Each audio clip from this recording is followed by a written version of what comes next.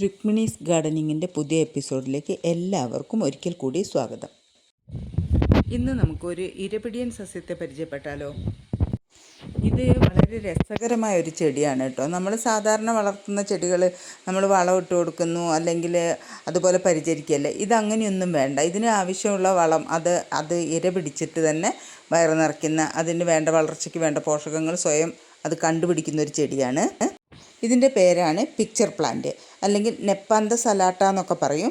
നല്ല മനോഹരമായിട്ടുള്ളൊരു കാഴ്ചയാണ് ഇതിനൊരു സഞ്ചി പോലുള്ളൊരു അവയവുണ്ട് കേട്ടോ. അതിനെപ്പറ്റി പറഞ്ഞുതരാവേ.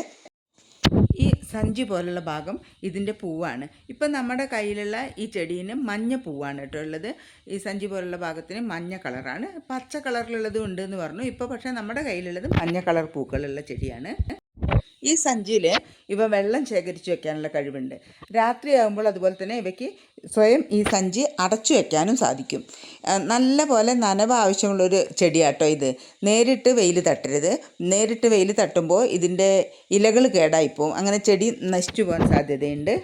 നല്ലപോലെ പ്രകാശം തട്ടുന്ന സ്ഥലത്തായിരിക്കണം ഇവയെ നടാൻ വേണ്ടി നമ്മൾ തിരഞ്ഞെടുക്കേണ്ടത്. നേരിട്ട് വെയിൽ തട്ടരുതെന്നേ ഉള്ളൂ, പക്ഷേ നല്ല വെളിച്ചം വേണം. അതുപോലെ തന്നെ സ്ഥിരമായിട്ട് ഈർപ്പം നിലനിർത്താൻ സാധിക്കണം. അതിന് വേണ്ടിയിട്ട് നമുക്ക് ഇതിനെ കല്ലോ ചകിരിയോ അല്ലെങ്കിൽ അങ്ങനെയുള്ള ഈർപ്പം നിൽക്കുന്ന എന്തെങ്കിലും കഷ്ണങ്ങളിട്ട് വെള്ളം നിറച്ചൊരു ട്രേയിലേക്ക് ഇവയുടെ ഈ ചെടി നട്ടിട്ടുള്ള പോട്ടിനെ ഇറക്കി വയ്ക്കാം. ഒരു കാരണവശാലും ഈ ചെടിയിൽ, നമ്മൾ നട്ട ചെടീൻ്റെ പോട്ടിൽ വെള്ളം കെട്ടി നിൽക്കാൻ പാടില്ല കേട്ടോ. അതുപോലെ ഇവയുടെ സഞ്ചിയിൽ വെള്ളം ശേഖരിച്ചു വെക്കുമെന്ന് പറഞ്ഞിട്ടുണ്ടല്ലോ. എപ്പോഴെങ്കിലും ആ സഞ്ചി നമ്മളെപ്പോഴും നിരീക്ഷിച്ചുകൊണ്ടിരിക്കണം. ആ സഞ്ചിയിൽ വെള്ളം ഇല്ലാതെ കാണുകയാണെങ്കിൽ നമ്മൾ കിണർ വെള്ളമോ അല്ലെങ്കിൽ മഴവെള്ളമോ ഉപയോഗിച്ചിട്ട് അവ ഫില്ല് ചെയ്ത് വെക്കണം. ഒരു കാരണവശാലും ക്ലോറിൻ അടങ്ങിയ വെള്ളം അല്ലെങ്കിൽ രാസപദാർത്ഥങ്ങൾ അടങ്ങിയിട്ടുള്ള വെള്ളം കൊണ്ട് നനയ്ക്കരുത്. അത് ചെടിക്ക് കേടായിരിക്കും കേട്ടോ. ഇതിൻ്റെ സഞ്ചിയിൽ നിറഞ്ഞിരിക്കുന്ന വെള്ളത്തിൽ വീഴുന്ന പ്രാണികളാണ് ഇവയുടെ ഭക്ഷണം. അതുകൊണ്ടാണ് ഇരപിടിയൻ സസ്യം എന്ന് പറയുന്നത്. ഇതൊരു കെണിയാണ്. ഈ ചെടി നല്ല മനോഹരമായ പൂ കണ്ടിട്ട് പറന്നു വരുന്ന പ്രാണികൾ ഈ ചെടീൻ്റെ തേൻ കുടിക്കാനോ എന്തിനെങ്കിലും അതിൻ്റെ അടുത്ത് പോയിരിക്കുകയും ആ വെള്ളത്തിലേക്ക് വീഴുകയും ചെയ്യുമ്പോൾ അത് ആ ചെടിക്കുള്ള ഭക്ഷണമാണ്. അപ്പോൾ പിന്നെ അത് നമ്മൾ ഈ ചെടി സൂക്ഷിക്കുമ്പോൾ നമ്മൾ പറഞ്ഞല്ലോ നല്ല വെളിച്ചമുള്ള സ്ഥലമായിരിക്കണം. അതുപോലെ തന്നെ പ്രാധാന്യമാണ് വായു സഞ്ചാരമുള്ള സ്ഥലമായിരിക്കണം. നല്ലപോലെ വായു സഞ്ചാരമുള്ള സ്ഥലത്തല്ലെങ്കിൽ ഇവയ്ക്ക് ഫംഗൽ ഇൻഫെക്ഷൻ ഉണ്ടാവാനുള്ള സാധ്യതയുണ്ട്. ഇതിൻ്റെ പോട്ടിംഗ് മിക്സ് എന്ന് പറയുന്നത് ചകിരിച്ചോറ്, മണൽ, മണ്ണ്, പെർലറ്റ് എന്നിവയാണ്. അതുപോലെ വേറൊരു കാര്യമാണ്, നമ്മൾ ഈ ചെടിക്ക് പോട്ടിംഗ് മിക്സ് എടുക്കുന്ന മണ്ണ് നല്ല നീർവാർച്ചയുള്ളതും പോഷകങ്ങൾ കുറഞ്ഞതുമായ മണ്ണാണ് നമ്മൾ സെലക്ട് ചെയ്യേണ്ടത്. അതുപോലെ തന്നെ ചകിരിച്ചോറ് കൂടുതലായിട്ടുണ്ടെങ്കിലും ഇതിൻ്റെ വേര് ചീഞ്ഞു പോകാൻ സാധ്യതയുണ്ട്.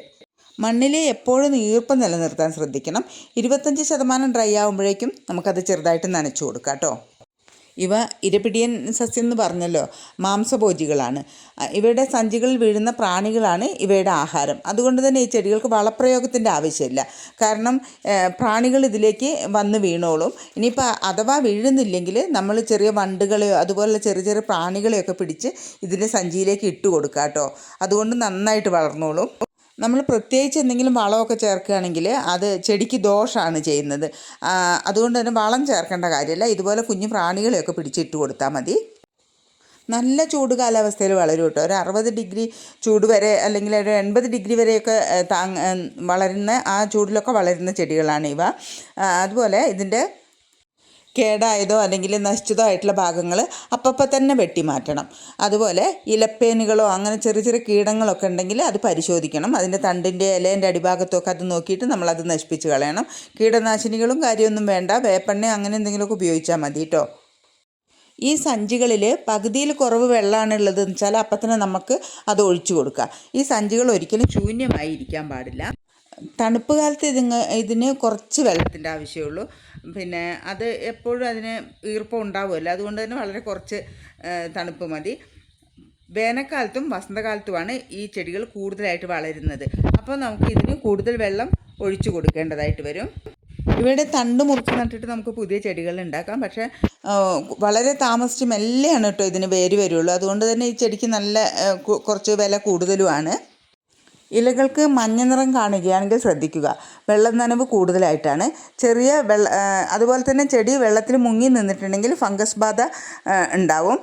അതുപോലെ തന്നെ വേര് ചീഞ്ഞു പോകാനും സാധ്യത ഉണ്ട് കേട്ടോ. ഇവയ്ക്ക് ചെറിയ വണ്ടുകളെ ഇഷ്ടമാണെന്ന് പറഞ്ഞിട്ടുണ്ടല്ലോ. നമുക്ക് ഈ വേനൽക്കാലത്തൊക്കെ വണ്ടുകളെ പിടിച്ച് നമുക്ക് ആ സഞ്ചിയിൽ ഇട്ട് കൊടുക്കുകയാണെങ്കിൽ നന്നായിട്ട് വളരും. അതുപോലെ ഇഷ്ടമുള്ളൊരു സാധനമാണ് മീൻ തീറ്റ. നമ്മൾ മീനിന് തീറ്റയായിട്ട് വാങ്ങിക്കൊണ്ട് വയ്ക്കുന്ന ഗുളിക പോലുള്ള സാധനം ഉണ്ടല്ലോ, അത് നമുക്ക് ഈ ചെടിക്ക് 1-2 ഇതൊക്കെ ഓരോ സഞ്ചിയിൽ ഇട്ട് കൊടുക്കാം. നമുക്ക് ഈ ചെടീൻ്റെ നല്ല തൈകൾ സെയിലിന് റെഡിയായിട്ട് വന്നിട്ടുണ്ട് കേട്ടോ. വളരെ മനോഹരമായിട്ടുള്ള, നമ്മുടെ നാട്ടിൽ അത്രയ്ക്കൊന്നും അങ്ങ് ഫെമിലിയർ ആയിട്ടില്ലാത്തൊരു ചെടിയാണ്. അതിൻ്റെ പ്ലാന്റ് സൈസാണ് ഈ കാണുന്നത്. നല്ല ആരോഗ്യമുള്ള ചെടിയാട്ടോ. ഇപ്പം തന്നെ 3-4 സഞ്ചികളുള്ള ചെടികളാണ് നമ്മൾ സെയിലിന് വെച്ചിട്ടുള്ളത്. ഇതിനെപ്പറ്റി എന്ത് കാര്യങ്ങൾ അറിയണമെങ്കിലും നമുക്കിതിൽ വാട്സപ്പ് നമ്പർ കൊടുക്കുന്നുണ്ട്. ആ നമ്പറിൽ കോൺടാക്റ്റ് ചെയ്താൽ മതി. ഞാനിതിൻ്റെ റേറ്റും കാര്യങ്ങളൊക്കെ പറഞ്ഞുതരാം. ഇത്രയും മനോഹരമായിട്ടുള്ള ഹെൽത്തി ആയിട്ടുള്ള ചെടിക്ക് വെറും 450 രൂപയാണ് റേറ്റ് വരുന്നത്. നമ്മുടെ നാട്ടിൽ വളരെ അപൂർവമായിട്ടാണ് ഈ ചെടി വന്നു തുടങ്ങിയിട്ടുള്ളൂ. വളർത്താനാണെങ്കിൽ നമുക്കൊരു വിനോദവും കൂടിയാണ്, ഭംഗി മാത്രമല്ല നമുക്കൊരു രസമുള്ള പരിപാടിയാണ് ഈ ചെടി വളർത്തൽ. അപ്പോൾ നമുക്ക് ഇത് എത്രയും പെട്ടെന്ന് സ്വന്തമാക്കാൻ നോക്കാം. ആവശ്യമുള്ളവർ കോൺടാക്റ്റ് ചെയ്തോളൂ.